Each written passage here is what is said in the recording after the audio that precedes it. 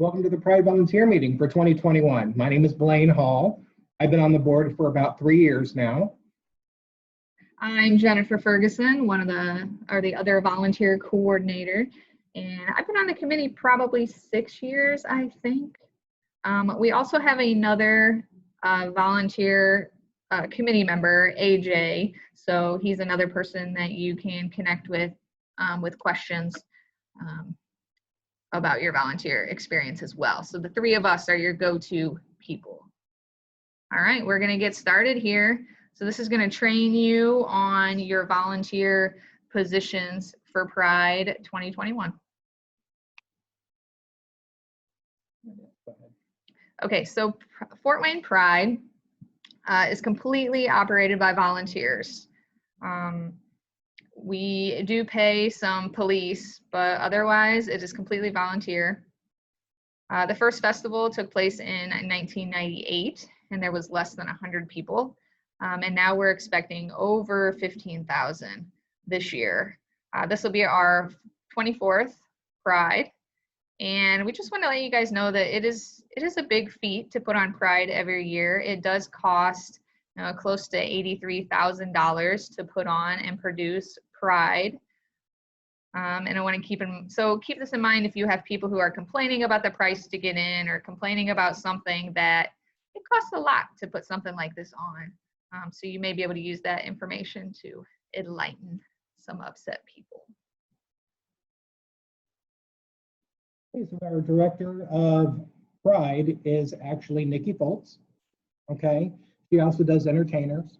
Volunteers would be Jen Ferguson, AJ Crowder, and myself, Mr. Blaine Hall.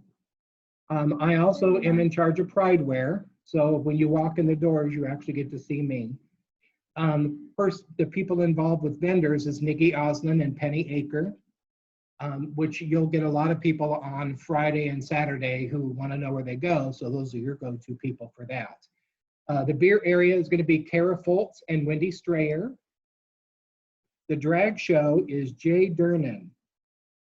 Workshops is me again. Kids Space would be Jay and Lori Larco Welch. I'm sure you've seen them around before. And EMS and Safety would be Penny Aker and Tracy Wilkinson.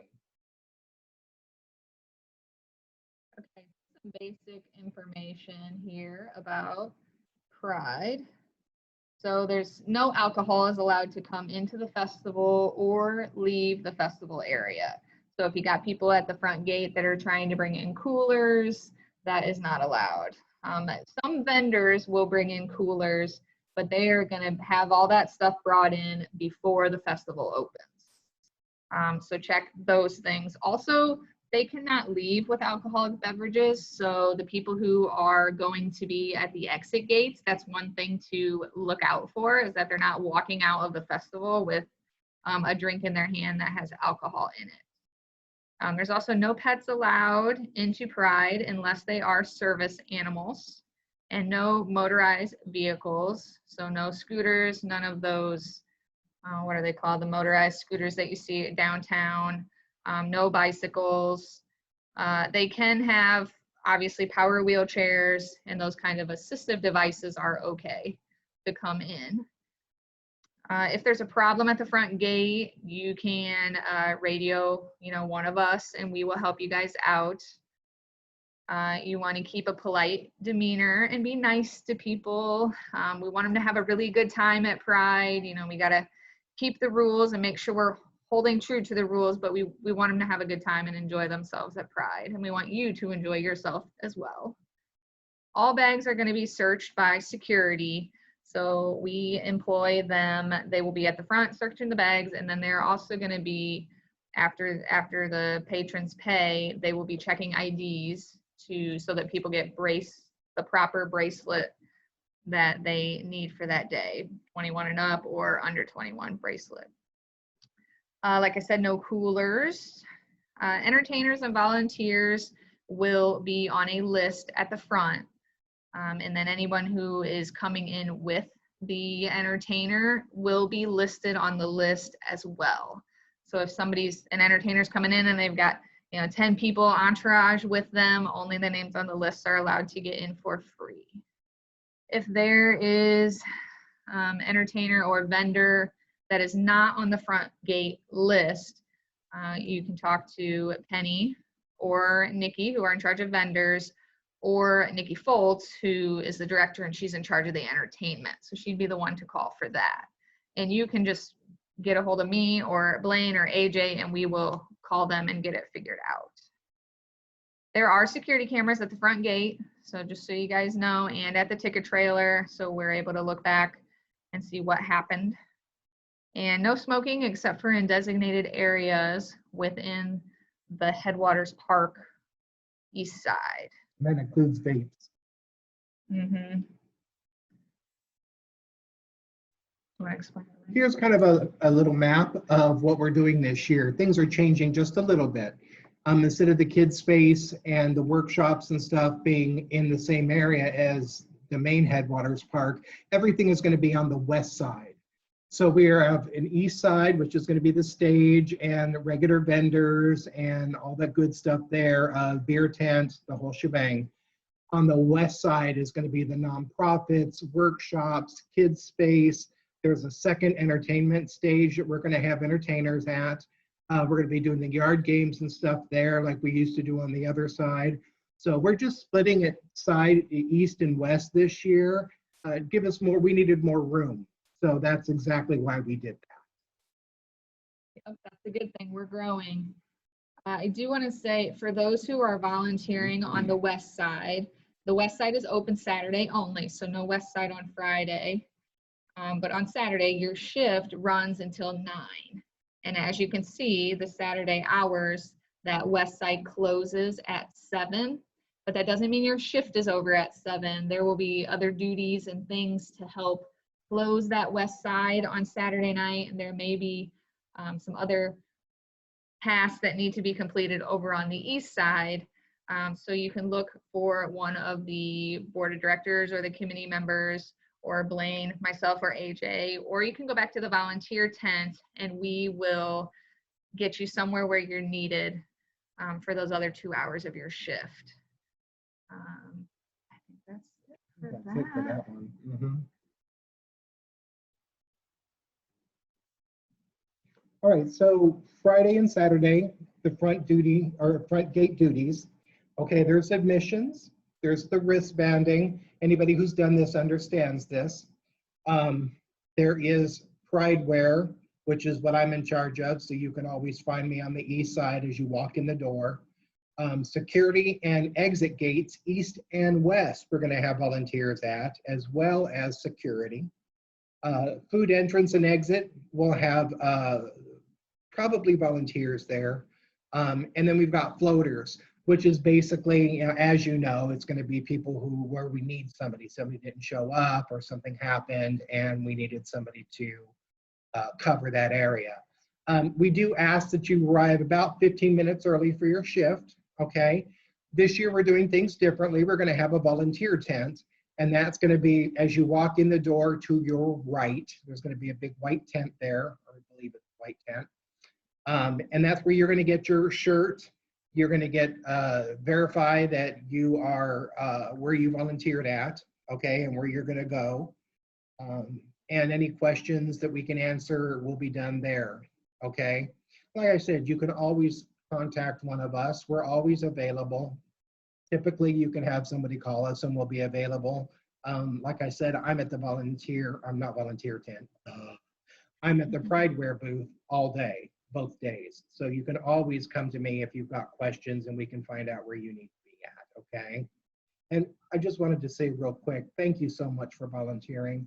It's because of you that we can put on Pride. And it makes it so much more exciting and fun when we get people within the community to work with us. Thank you. The last part about the volunteer tent, I don't think we mentioned goodies. We're gonna have extra goodies on top of your t-shirt. So make sure you come at the beginning to get your t-shirt and then at the end to reap the goodies and get the good giveaways. We also, if you work multiple shifts, you get different goodies. And that's all I'm gonna say. Yeah, But it's well worth your time if you have a chance to do a couple of shifts. We'd appreciate it. little suspense. Okay, this is a map of what the front main gate on the east side of Headwaters looks like. So you've got the bag search that'll happen first, and then the entrance, and it'll split. On Saturday night, we open that extra side so that we can get people in quicker. Friday, and then the daytime on Saturday, we'll just have the one side open. So the bag search come in, they will pay, and we are doing cash. Where's the card reader at? Not at the front. Not gate. at the front. Card reader, I think, is at the ticket trailer for beer. We'll have a card reader there and cash. What we're gonna end up doing is people who didn't have cash need to go to the ATM. Instead of walking them over to it this year, we're just gonna grab their license and they can walk over there and grab some cash out of the ATM and make it a little easier on everybody. So there will not be a credit card reader at the front gates. There will be at the ticket booth and at the Prideware. This year, I'm getting a card reader, girl. Yeah. So it's going to be a lot of fun. Good. When you do send somebody to the ATM, take their ID, like Blaine said, send them. They need to go back out the exit and come back in the front. That way we don't have two-way traffic coming in the main entrance.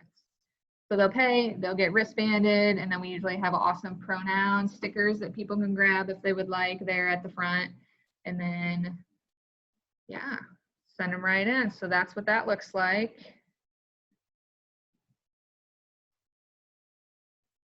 It's going to be $5 again this year. Cash only at the front, like we talked about. $5 on Saturday. 12 and under is free again this year. That may change next year, but we're still working on that one. Want to remind people that about 5 years old and under is really not permitted after 8 on both days. It can get a little loud, and some of the music is a little different, and the entertainment's a little different, where it's not really suitable for the young crowd. Pride booth. Pride booth this year, we are taking cash, like I said, and cards. Our teas are going to be around $15. Our tanks are $20. Those prices may change. Other merchandise is available. We are doing water bottles this year, which are pretty exciting. We are doing stickers, Fort Wayne Pride stickers. We're also doing bags again, but they are quite a big up from last year's bags. They are very nice, and they're going to be the same price, about $10. So we are looking at expanding our merchandise, making stuff available for all price ranges, but it's going to be a little easier this year, I think, because we're taking credit cards. Okay, Food Plaza. I mean, the same location as it was the last time we had Pride, just south of the east side of Headwaters. There is a wristband entrance there, so people can move from the main Headwaters Park into the Food Plaza and back with just the wristband check. Again, no alcoholic drinks can go into the food area because it is outside of the park. So non-alcoholic drinks, slushies, lemon ices, all that can move in and out just fine, and food can move in and out just fine. It's just the alcohol is the issue. There will be a security personnel there at that gate between the food and the park that will be checking anyone who has a bag to make sure they're not bringing things in, no weapons or alcohol, things like that. All right, volunteers who wristband must check ID on all people who appear under 40. And what they say is that some volunteers will be helping with that, but mostly it's going to be the security personnel who are going to help on that. We are not having the police do that this year. We're just going to have our security and our volunteer people do that. So anyone who's over 21 and has an ID, they'll have a different wristband, okay? Even if they don't plan on drinking, they're still going to get the wristband for the 21 and over. And people please, we just need to make sure that you tell people because they have this wristband doesn't mean they have to drink if they're worried about it. Some people may be worried about thinking that they have to drink because they have a wristband that's a 21 and over. They do not. It's just to prevent confusion. We only have two different kinds of wristbands. One is under 21, one is over 21. So we're going to make it pretty easy on people. And for people wanting to do a money drop, there are only two people you can give money to, okay? Nikki, which is Nikki Foltz, or Penny Aker, okay? They're in charge of money on those days. The only other person who can do it will be Jen, which is her, and that would be on Saturday night, okay? Mm-hmm. We do want to make sure that, you know, if you're at the cash box and you're handing the money, that you actually turn and look at the person and identify that you're truly giving it to Nikki or Penny or me on Saturday. All right. And then I think the date for 21 and over should be July 23rd, 2020 on their ID if you have to check them, or July 24th, 2020. Right? Yep. 2021. Should be the math. Okay. More information. Let's see here. Oh, all vendors will already have their wristbands that they need when they arrive to Pride. When the vendors register and pay and everything like that, they are given a certain amount of wristbands, and then if they need extras, they purchase them before the festival. So if they arrive and somebody with the vendor doesn't have a wristband, they still need to pay because they have not paid yet for their wristband. And again, we can contact Nikki Foltz, Nikki Osland, or Penny for any issues with the vendors. If there's problem with protesters, you can grab one of us, one of the board members, and we will take care of that. But we've found in the past that if you will just ignore them, they're looking for a response from us. So if you can just ignore them, they usually don't waste their time, and they go away a lot quicker if you don't engage with them. So grab one of us, don't engage, be the bigger person. If there's an emergency that arises, you can't make your shift or whatever happens, you can text AJ or call AJ. His number's right there. Or you can call me as soon as possible so we can hopefully fill your shift. We do know that things happen, but if you're committing and volunteering, please, please, please do what you can to make your shift, because we really need you guys for Pride to be successful and for it to go on. And you need to wear your volunteer shirt for your shift, but you will pick it up at the tent when you arrive for your shift. Basically, have fun. One of the big things that we are doing that we are not doing this year actually is the march. The reason is we did not have time to plan it. When they went ahead and opened it up, the city said, yes, you can do parades and everything like that. Honestly, we don't have the time to organize it. Something like that takes a few months to get ahead of, and that's with permits and working with the police and shutting down parts of the city area so that we can walk across the streets without being harassed and things like that. We just did not have the time this year. We are certainly hoping to do something like that again next year. But if you have any questions about it, I mean, contact one of us. We'll be more than happy to tell you why, which I just did, and go from there. I just want to say that we really appreciate your help. We know that the festival couldn't happen without volunteers like you. It's you who make this entity what it is, which is a community entity. And we look forward to seeing each one of you there this week, or this event. Lord help us. We are having the drag show. So that is very, very good, because that was up in the air for a while, but we are having the drag show, which is going to be great. But again, I just want to say thank you. I want you all to have fun. We are super excited. Just a few weeks away. Please call us with any questions. If you watch this training video and it did not answer your questions, please reach out to us. We are more than happy to chat with you. All right, thanks guys. See you soon.